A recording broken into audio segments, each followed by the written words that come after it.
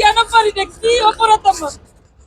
আমি আজকে আমার ছেলের আমি তুলারাম কলেজ থেকে পাস করেছি। আমার ছেলে কারোর সাথে মারামারি করে না, নেশা করে না, কারোর সাথে মিশিয়া নাই, খারাপ রিলেশন নেই। আপনারা বলেন এটাই কি আমার অপরাধ? আজকে যারা আমার নামে মামলা দিছে, আমার ছেলের নামে মামলা দিছে, তারা চাইছিল তারা মারামারি করে আমার ছেলেদের নিয়ে নিয়ে মারামারি শিখাইবো, কিন্তু তাদের সাথে আমি যেতে বারণ করেছি। বাবা ওদের সাথে যাবো না, ওদের কাছে গেলে তারা মারধর শিখাইবো। এটাই আমার অপরাধ, আর কোন অপরাধ নেই। আমার ছেলের এইটাই অপরাধ যে কেন ডাক দিলে তারা যায় না।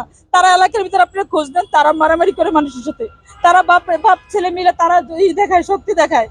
ডক্টর ইউনূসের কাছে আপনার কি শেষ চাওয়া আজকে? ডক্টর ইউনূসের কাছে আমার চাওয়া, আপনি তো দেশের জন্য করতেছেন, মানুষের জন্য করতেছেন। যে দেশ থেকে বিতাড়িত হয়েছেন ওই দেশে আল্লাহ পাক আপনাকে আবার আনছে। আমার এতটুকু চাওয়া যে আমার ছেলে দেশের জন্য রক্ত দিছে, তার হাতে কোনো অস্ত্র ছিল না, কিছু ছিল না। ওদিন আমার ছেলে মারা যেত, কিন্তু আল্লাহর কাছে অশেষ মেহেরবানি আমার ছেলে বাঁচাই রাখছে।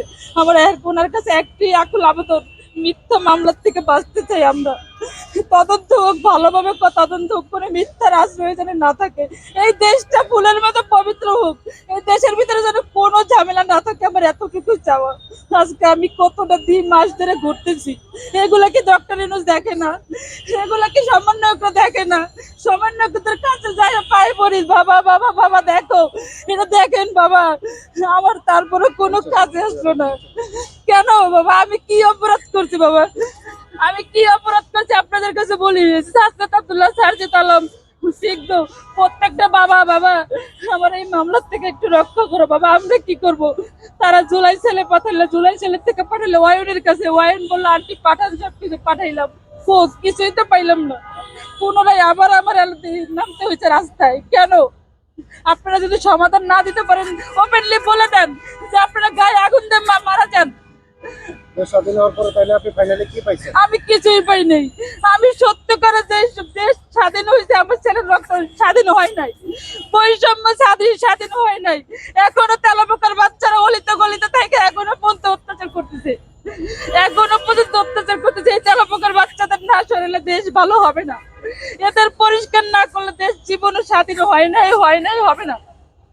এরকমই থাকবে আগামীতে। আমার তাহলে এই তেলাপোকার বাচ্চা যা করে বলছেন, এই তেলাপোকার বাচ্চাদেরকে এখন তাদের সমন্বয়ক যারা আছে, যাদের কাছে গিয়েছিলেন, তারা কি আপনার বিষয়টা আমলে নেয়নি? তারা নেয় নাই। তারা যদি নিত তারা নিজেরাই ফোন করে এসপিডিসিরে বলতে পারতো এই ছেলেটার চাকরিটা হোক, এই ছেলের লিস্টিতে নাম আছে, এই ছেলে ভদ্র, এলাকায় খোঁজ নেন এই ছেলে অভদ্র নাকি না। তো তারা তো বলে নেই। তারা তো বলে এক কথা, আমরা কি করব? তারা তো প্রত্যেককে কেটে পড়তেছে। গতকালকে দেখলাম সারজিৎ আলম কেটে পড়ছে, অথচ সারজিৎ আলমের সাথে 2 দিন 3 দিন দেখা হয়েছে। মামা আমার ছেলেটা নাই, চাকরির বিষয়ে কিছু একটা করেন। বললো আন্টি আমি দেখতেছি। পরবর্তীতে শিখতে হতে দিল, শিখতে বলছে আন্টি দেখতেছি। 12 দিন পরে আসেন, 12 দিন পরে যে কি হয়েছে বলেন? আমার ছেলেটার চাকরি হয়েছে, ফলাফল রেজাল্ট এখনো কোনো কিছু পাইনি। আমি কি হয়েছি? আমার তো দুনিয়া না থাকাই ভালো, না থাকা অনেক ভালো।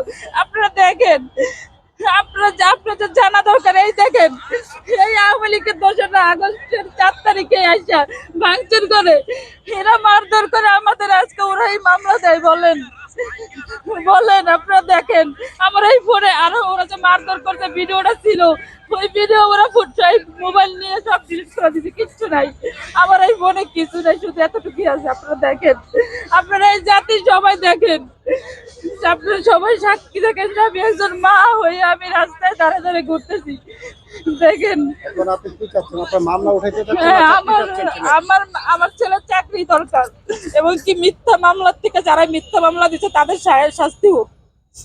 মিথ্যা মামলা বেকসুলে খালাস দিবে আমাদের, এবং কি আমার ছেলের চাকরিটা যাতে হয় ডক্টর ইউনূসের কাছে এতটুকু। আমার ছেলে বলতেছে আম্মু গো, আমার যোগ্যতায় চাকরি হয়েছে মা, আমি তোমার মুখে দুটো ভাত দিতে চাই, ডাল ভাত, আমি আর কিছু চাই না। আজকে আমার ছেলে তো কিছু পাইলই না, দেশের কাছে, দেশের জন্য এত রক্ত দিল, এত কিছু করলো, আজকে 5টা বছর ধরে স্বামী হারা। আজকে আমি ছেলেদের এত কিছু করলাম, ছেলেরা আজকে রক্ত দিল। বলছিলাম আজকে আমার অপরাধ, আমি মা, কেন আমার ছেলের পাশে আমি দাঁড়াইছি, কেন আমার ছেলের পাঠাইলাম, এটা আমার অপরাধ। আমার আর কোনো অপরাধ নাই, এই জন্য মামলা খেয়েছি। আজকে আজকে এইটার একটা ছাত্র, সেও আজকে মামলায় আসামি। আপনারা বলেন এই ছেলের বয়স কয় বছর, অথচ মামলার আসামি সে। তারা জামিন করাতে পারে নাই, আমি আর আমার ছেলে জামিন নিয়েছি, ওরকে জামিন নেওয়া হয় নাই। একটু যা আসো তো। ওই কথাই তুই করে একটা কোনো অসুবিধা নেই, মাস্ক খুলো।